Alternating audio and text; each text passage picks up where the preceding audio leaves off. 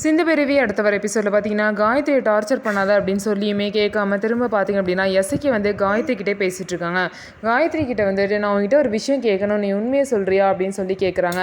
என்ன விஷயம் அப்படின்னு சொல்லிட்டு காயத்ரி கேட்குறாங்க. அதுக்கு வந்து எசைக்கு வந்து கேட்குறாங்க, இல்லை நீயும் செலியனும் வந்து இதுக்கு முன்னாடி மீட் பண்ணியிருக்கீங்களான்னு கேட்கும்போது ஆமாம் கோவிலில் 2 தடவை மீட் பண்ணி பேசியிருக்கோம் அப்படிங்கிறாங்க.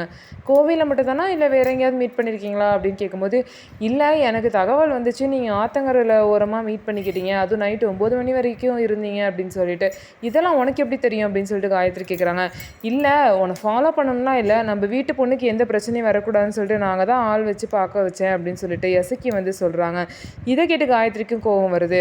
சரி நீங்கள் அங்கே பேச மட்டும் தான் செஞ்சீங்களா, இல்லை கல்யாணம் ஆக போகுது அப்படின்னு தெரிஞ்சு இந்த முத்தம் அது இது அப்படிலாம் இருந்துச்சா அப்படின்னு சொல்லிட்டு பார்த்தீங்கன்னா எசக்கி வந்து காயத்ரி கிட்டே கேட்குறாங்க. காயத்ரிக்கு என்ன பதில் சொல்கிறாங்க அப்படின்னா, அங்கே என்ன நடந்துச்சு அப்படிங்கிறத உன்கிட்ட சொல்லணும் அப்படிங்கிற அவசியம் எனக்கு இல்லை, தேவையில்லாமல் என் விஷயத்தில் தலையிடாமல் இங்கேருந்து போயிருன்னு சொல்லிட்டு எசக்கியை திட்டி அனுப்பிச்சிடுறாங்க. ஸோ இதுக்கப்புறம் என்ன நடக்க போகுது, எசக்கி தான் வந்து செலியனை கடத்தினாங்க அப்படிங்கிற உண்மை வந்து அன்னபூர்ணிக்கு தெரிய வருமா, தெரிய வந்து இந்த மாதிரி காயத்ரியோட வாழ்க்கையை காப்பாற்றுறாங்களான்னு சொல்லிட்டு வெயிட் பண்ணி பார்க்கலாம். நம்ம வீடியோ உங்களுக்கு பிடிச்சிருந்தா நம்ம வீடியோவை லைக் பண்ணிக்கோங்க.